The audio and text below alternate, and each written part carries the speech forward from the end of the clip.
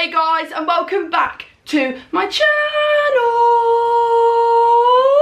So for today's video, we are going to be speaking about the ADHD paradox. So a paradox, in the most simplest kind of word, is kind of like a contradiction. So you say one thing but you do the other. But in my mind, ADHD is such a paradox, and I'm going to explain why. So yeah, let's just jump straight into the video. But first, if you could smash me a big thumbs up down below and subscribe to this YouTube channel, I will forever be grateful. So yeah, let's get on to the video.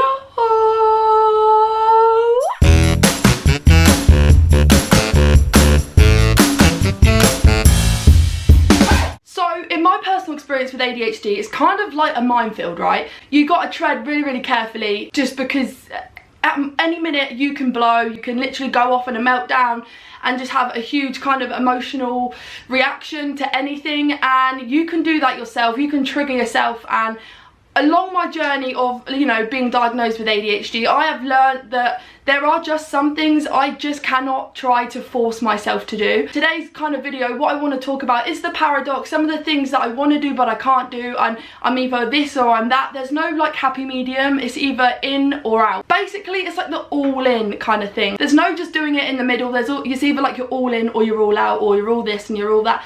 And yeah, so that's what we're going to be talking about. So just a quick disclaimer, not everyone with ADHD is going to struggle with every single thing that I am saying in this video. But yeah, let's yeah. So the first paradox is, I want a routine. It's impossible for me to stick to a routine. I just can't do it.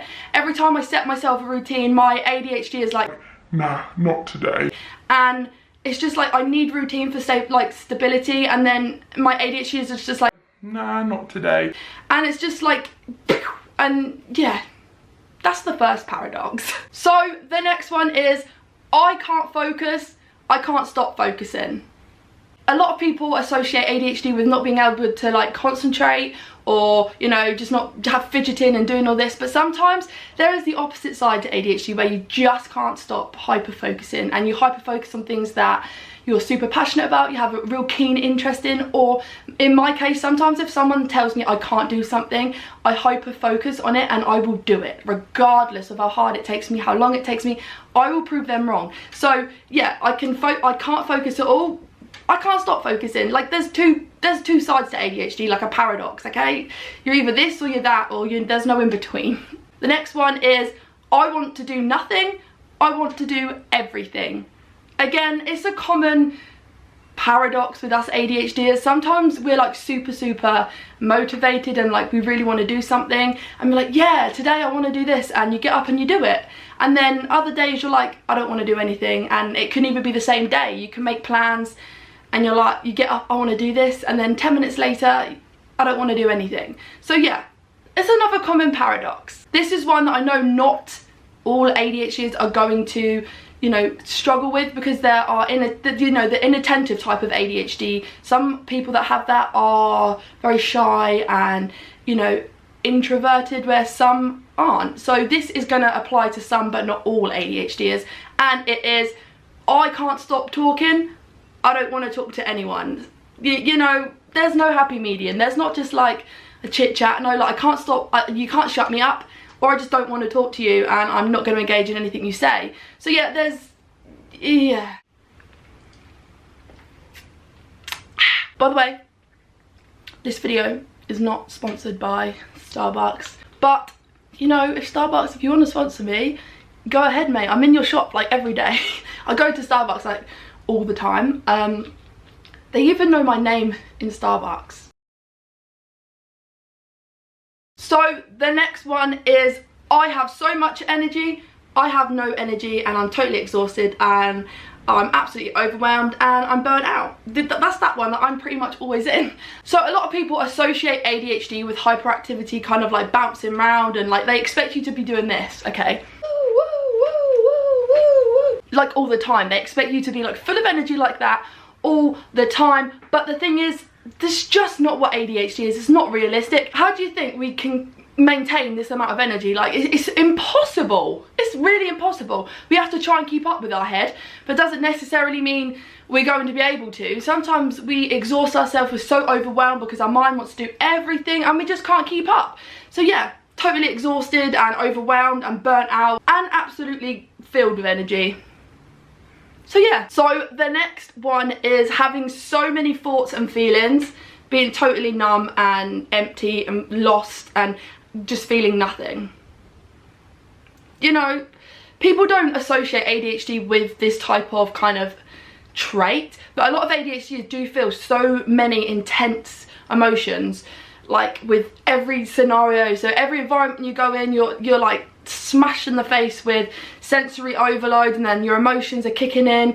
But people don't associate that with ADHD, and we feel like, you know, we feel love so intensely, we feel, you know, passion so intensely, we feel motivation, so like every type of feeling, we feel it so much more intensive than a neurotypical. I don't know why, I'm not sure why, I'm not a scientist, but I know that that is generally how it goes. And that's why sometimes, you know, us ADHDers can become hyper-fixated, hyper-focused, very obsessed and addicted to things, because our emotions take over and they're very intense, and we can, you know, lose track and lose control of regulating our emotions. And loads of people that don't really know what ADHD is, they just don't understand that concept of ADHD. They just automatically associate us with kind of like hyperactivity behaviour, antisocial behaviour, mood swings, naughty child at school kind of thing, E-numbers, blue sweets, you know, that is kind of what people associate ADHD with, and it's really nowhere near the truth. So yeah, so I kind of just touched up on the other one just a minute ago, this one a minute ago, but I'm going to say it again because it's kind of a different thing. But we are either really feeling motivated, passionate and inspired, or we're feeling uninspired, unmotivated and lost, and we have no direction. So yeah, and a lot of us ADHDers can fall down that kind of vortex where we can be hyper focusing and having a real strong passionate interest in something, and then we fall off that, you know, spiral, and then we go downhill, and then we can start feeling kind of lost, uninspired, unmotivated, like, you know, we don't have a direction, lost. We can just feel, you know, we can easily just fall from one to the other, and it is very overwhelming for not only the ADHDer themselves, but if they have loved ones around them, friends around them, it can be really distressing for them, you know, those close loved ones to see, because it can come out in depression, you know, anxiety, kind of just hibernating away, isolating yourself, because that's how our, you know, that's how we deal with things. It's so intense that we just don't know how to control or deal with it, that actually let's just hide away, let's just, you know, get away from this environment. And it could be really difficult, but if you have the right kind of people around you, and if you know, if you do, this is your choice, if you take medication or if you go to therapy, you know, reaching out to people that could help you, or, you know, taking the correct amount of medication or reaching out for some more extra support, that's how we can deal with this. And we've got to, and every day is a learning curve for everybody involved in an ADHD's life. Education doesn't just stop at school, okay? It's an everyday, we are learning things about ourselves, our loved ones are learning things about us, and it's really important that we all stick together and basically become a community, because, you know, there's a saying that's like, I can't remember exactly what the saying is, but it's something like a village can raise a child or something, like, yeah, basically, yeah. Just because you have parents, that's not going to be like, that's, you know, they aren't going to be able to keep you protected forever, okay? The community and the people around you also need to be educated and to understand what you're going through, so that they can support you too. Like, you need to have an amazing support system.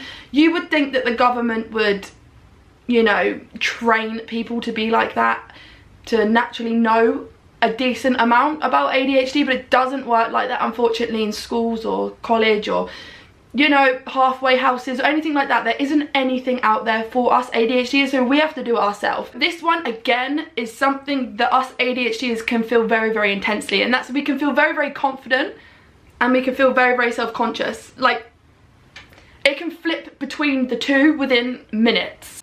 Us ADHDers are natural kind of overthinkers. We are filled with self-doubt, and a lot of us ADHDers also have body dysmorphia. Like, there generally is a link between the two, and I am generally going to be doing a video. I wasn't going to just tell you guys, but I am working on a video to do with body dysmorphia.